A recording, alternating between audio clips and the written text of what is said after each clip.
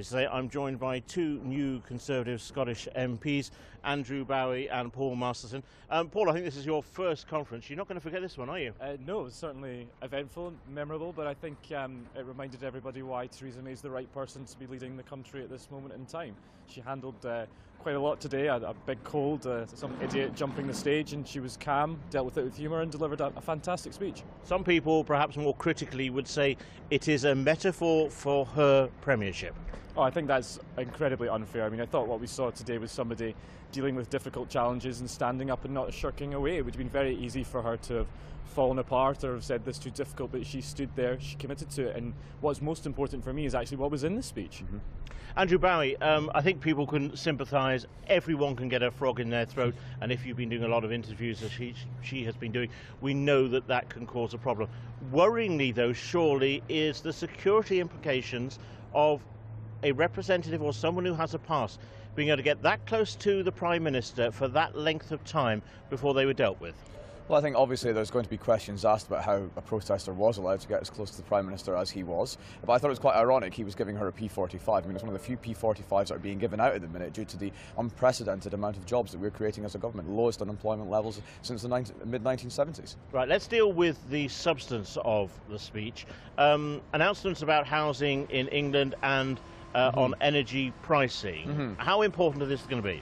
I think it's very important. I think it's actually quite telling that they're very much following the Scottish Conservative lead in terms of house building. It wasn't only 3 weeks ago that we committed in Scotland to building 25,000 new homes in Scotland and helping more people on that housing ladder and building new council houses. So that was very telling and very important for us. In terms of the energy price cap, it's absolutely true. Some people are really struggling to pay their energy bills, and we need to work hard to combat that and to put a system in place that actually rewards people that are to energy companies and doesn't punish them, as is the case right now. Paul Masterton, it is very easy to say we are going to build more houses, we will make it happen.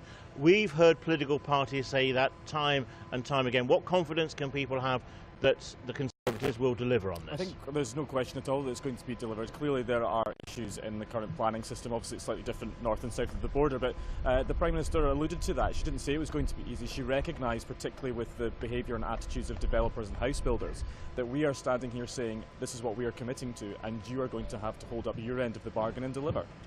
Andrew, it was noticeable that she praised Ruth Davidson, she praised you as Scottish Conservatives for doing well in the general election. Inevitably, the more praise that Ruth Davidson gets, does that contrast with Theresa May?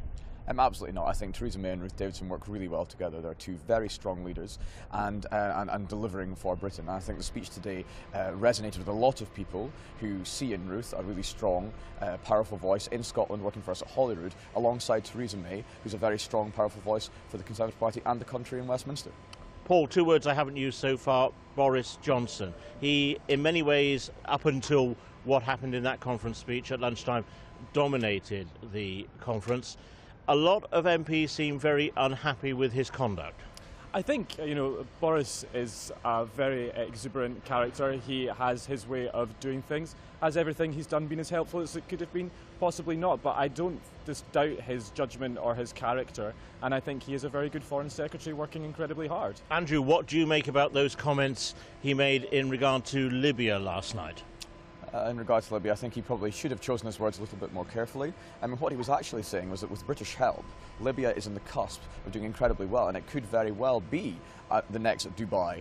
I would probably have chosen my words a little bit more carefully, but that's for him to answer questions about, not me. Final question to both of you. Politics is often governed by images. The image of today is not going to be helpful to your party, is it? I completely disagree. I actually think the image people will remember will be at the end when Philip came up onto stage and put his arms around Theresa May. I think people saw there somebody, a strong leader, committed to the job, strong sense of public duty, and I think people are leaving this conference with their heads held much higher than when they first came in at the weekend. Absolutely, I'd agree. For me, the image of today was the huge and warm, rapturous reception that the Prime Minister got when she entered the hall, and as she left the hall. It's quite clear that the party is united behind the Prime Minister, and we're all united to try and deliver for Britain and put aside all the game playing and petty politicking that people out there, beyond this bubble, are really fed up with. Andrew Bowie and Paul Masterton, thank you very much.